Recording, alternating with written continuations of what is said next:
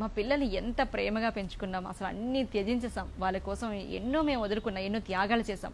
అయినా ఇవాళ రోజు అసలు మా అమ్మాయి లేదా మా అబ్బాయి మమ్మల్ని చూడడానికి కూడా ఇష్టపడట్లేదు. మేము చేసిన తప్పేంటి, మేము చేసిన నేరం ఏంటి, మేము చేసిన పాపం ఏంటి అని చాలా బాధపడుతుంటారు. నిజానికి ఇప్పుడు ఇందులో తప్పు ఎవరిది అనుకోవచ్చు? వీళ్ళ పెంపకంలో లోపమా, లేకపోతే ఆ పిల్లల ప్రవర్తన లోపమా, ఏమనుకోవచ్చా? చూడాలని కోరుకోవటమే తప్పు. ఎందుకు చూడాలి కదా? అది మన పని కాదు. మన పని గురించి వరకే మనం ఆలోచించుకోవాలి. ఎప్పుడు కూడా ఎదుటి వాళ్ళు చేసే పని గురించి మనం ఆలోచించద్దు. పిల్లలు చూడాలి చూడాలి చూడాలి అంటుంటారు పొద్దుస్తమాను. ఇదొకటి కొన్ని జనరేషన్స్గా మన మైండ్లలో అలా పెట్టేశారు. చూడాలి అనేది వాళ్ళ పని, నీ పని కాదు. అది ఎవరు ఆలోచించాలి? పిల్లలు ఆలోచించేలాగా మనం చెయ్యగలగాలి. మనం చేయలేకపోతే వదిలేయాలి. మనల్ని మనం ఎలా చూసుకోగలము అంతే. ఇది ఆలోచించండి. అప్పుడు ఆ స్ట్రెంగ్త్ వస్తుంది, మనకి ఆ ఎనర్జీ వస్తుంది. ఎప్పుడైతే వాళ్ళు చూడాలి, అయిపోయింది అయిపోయింది అయిపోయింది అయిపోయింది, అరే ఏంటి అయిపోయింది? మనం ఊరికే వృద్ధాప్యం అనేది ఒక మానసిక భావన. వాస్తవానికి వృద్ధాప్యం శరీరానికి ఉంటుంది కొంతనే, కానీ ఎక్కువ మానసికతే ఉంటుంది. నేను అసలు ఆశ్చర్యపోతారండి. యుఎస్ఏకి వెళ్ళినప్పుడు క్యాబ్ ఎక్కితే ఆ డ్రైవింగ్ చేసే ఆమెకి 72 years. She's driving, she's doing job. 72 years. ఆమె ఒక జొరాస్ట్రియన్. 72 years ఎర్న్ చేస్తుంది. ఎందుకు చేస్తున్నావు? ఎవరు పిల్లలు చూడరా అంటే, పిల్లలు నన్ను ఎందుకు చూడాలి అని అడిగింది. అంటే మంచివాళ్ళు కాదా, నువ్వంటే ఇష్టం లేదా అని అడిగాను నేను. చాలా ఇష్టం, they loves me very much, I love them very much అని. మరి ఎందుకు చేస్తున్నావు అని, దానికి దీనికి సంబంధం ఏముందని అడిగింది. ఇది I have to spend my time with a work. మా చాలా ఇంకా ఆమెతో ఇంకా చాలా ఇంట్రెస్ట్ అనిపించి ఇంకా ఆమెను ఇంటర్వ్యూ చేశా. ఆమెకి చాలా ప్రాపర్టీస్ ఉన్నాయి, బట్ డ్రైవర్గా చేస్తుంది ఆమె. ఒక క్యాబ్ పెట్టుకుంది, ఆమె జాబ్ చేస్తుంది. ఎందుకంటే fun. So happy in work, I'm getting happiness. అంటే ఈ రకమైనటువంటి మైండ్ సెట్ ఏదైతే ఉందో చాలా ఉపయోగకరం.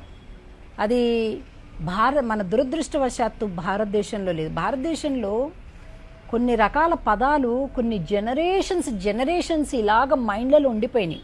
ఫర్ ఎగ్జాంపుల్, మా అమ్మాయిని ఇస్తున్నాం, బా నడుము వంగకుండా మా అమ్మాయిని చూసుకుంటారండి. మా ఒంటింట్లోకి వెళ్ళి పనిచేసే పని లేదండి మా అమ్మాయికి. అలాంటి అల్లుడు కావాలి, అలాంటి బాగా రిచ్ ఫ్యామిలీ కావాలి. మా అబ్బాయికి పెళ్లి చేస్తే బా వాడు ఎక్కడికి వచ్చింటే అక్కడికి కాఫీ కప్పు లేకపోతే భోజనం పట్టుకొచ్చే కోడలు కావాలి. నేను ఈ ఒక్క పని చేసి ఇంకా జీవితాంతం హాయిగా కాలు కాలేసుకొని కూర్చుంటాను. ఏంటిది పొద్దస్తో మాను. మీరు గమనించలేదో, కీన్గా చూస్తే సుఖము అంటే పని చేయకుండా ఉండడం అనేటటువంటి ఒక ఉద్దేశంలోకి వచ్చాను. ఇంకా మనం చెప్పకూడదు మీడియాలో, కానీ నిజమేంటంటే గవర్నమెంట్ జాబా అయిపోయింది, ఇంకా లైఫ్ సేఫ్ సెక్యూర్. ఏంటి అంటే పనే ఉండదు కదండి. అరే పనే ఉండకపోతే సుఖమా అంటే అలా పెట్టేశారు. పని చెయ్యడం, కష్టించి పని చేయటం అనేటటువంటిది ఉన్నత జీవితం అనేది ఎరేజ్ చేసేశారు. ఏమీ చేయకుండా కూర్చోవటం అనేది సుఖం. సుఖానికి మీనింగ్ మార్చేశారు. అందరికీ సుఖం కావాలని ఉంటుంది. ఇప్పుడు సుఖం మీనింగ్ మార్చేశారు. ఇక ప్రతి ఒక్కళ్ళు కూడా ఊరికే రావాలి, అన్ని ఫ్రీగా రావాలి. ఫ్రీ పెళ్లి చేసుకునే అమ్మాయికి మొత్తం భర్త తరపు కుటుంబం నుంచి. అందుకే కదండి పెళ్ళిళ్ళు అవ్వట్లే అసలు సరిగా. అమ్మాయిలు దొరకడంలే, ఎందుకంటే అమ్మాయిల ఆశలు టూ మచ్ అయిపోయినాయి. అందరికీ కోకాపేటలో ఇండిపెండెంట్ విల్లా ఉండే మొగుడే కావాలంటే ఎక్కడి నుంచి దొరుకుతాడు? అందరికీ పిఆర్ గ్రీన్ కార్డు ఉండే మొగుడే కావాలి, అమెరికాలో గ్రీన్ కార్డు ఉండే మొగుడే కావాలంటే ఎక్కడి నుంచి దొరుకుతారు? అంటే ఆశలకి లిమిటేషన్ లేదు. మనం ఏమీ చేయకూడదు, ఊరికే పక్కనోళ్ళు అన్నీ చేసేస్తే ఊరికే క్యాప్చర్ చేయాలి. అలా కోరుకునే మొగుడున్నా తప్పే, అలా కోరుకునే పెళ్ళం ఉన్నా తప్పే, అలాగుండే పిల్లలున్నా తప్పే. కాబట్టి ఆ ఫ్రీగా అన్నీ పొందాలి, కష్టించే స్వభావం లేకుండా ఉండాలి అనేటటువంటిది కొన్ని జనరేషన్స్ అలవాటైపోయి పాపం అందరు ఎలా తయారైపోయారంటే 50 ఏళ్ళు వచ్చాయి అని నీరసంగా పలకరు. 50 ఏళ్ళు వస్తే ఏమిటి, 50 వస్తే 60 వస్తే 70 వస్తే వాట్ ఈస్ దేర్? నువ్వు యాక్టివ్గానే ఉండాలి ఇప్పుడు కూడా. నువ్వు డిపెండ్ అవ్వకూడదు అసలు. నీకేం రాదు, అన్నీ వచ్చు నీకు. ఇంత బియ్యం వండుకోవడం రాదా? వయసు అయిపోయేటప్పుడు నాలుకకి ఎక్కువ వాంటింగ్స్ లేకుండా ఉంటే బెటర్ కదా. అవి వండేసుకోవాలి. వండడం వస్తే ఫన్, అది ఫన్ అనుకో. పని చేయడం ఫన్ అనుకుంటే నీకు ఎప్పుడు ఇబ్బంది ఉండదు. అసలు ఆ రోగాలు కూడా ఏమీ రావు. ఎందుకు వస్తాయండి రోగాలు?